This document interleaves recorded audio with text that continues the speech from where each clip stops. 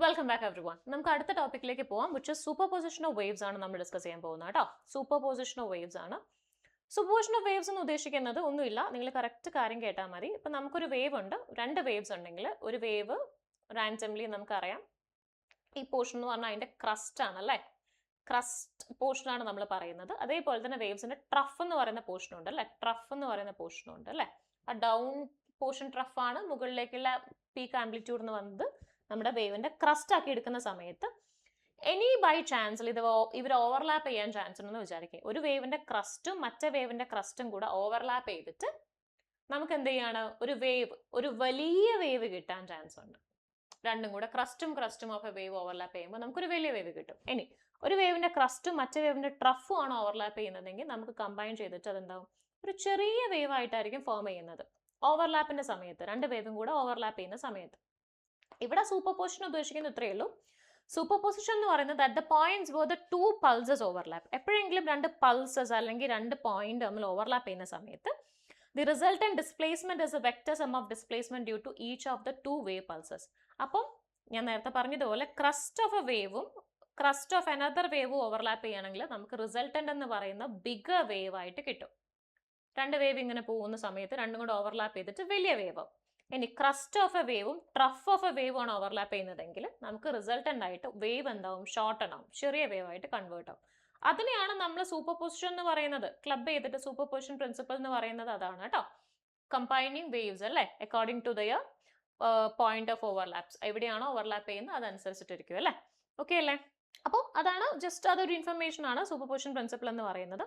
ഇനി അടുത്ത പോയിന്റ് എന്ന് പറഞ്ഞാൽ reflection and transmission of wave ആണ്.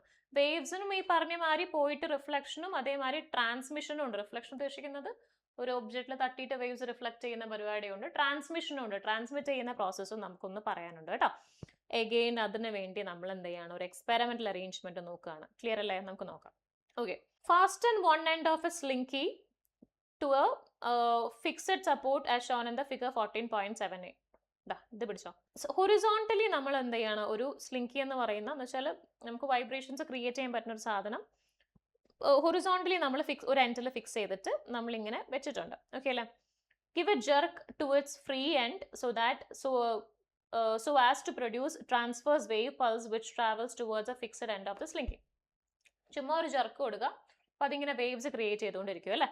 So you will observe the pulse bounce back from fixed end. അപ്പൊ നമുക്ക് മനസ്സിലാവും ഫിക്സഡ് എൻഡ് നിന്ന് അതെന്ത് ചെയ്യുന്നുണ്ട്, തിരിച്ച് തട്ടിയിട്ട് ഇങ്ങനെ പോയിട്ട് ഇങ്ങനെ തട്ടിയിട്ട് തിരിച്ചു വരുമ്പോഴേക്കേ നമുക്കൊരു എന്തുണ്ടാവും, ഒരു വേവ്സ് ഫോം ചെയ്യുന്നത് പോലെ ഫീൽ ചെയ്യുന്ന കാണിക്കാൻ പറ്റും കേട്ടോ.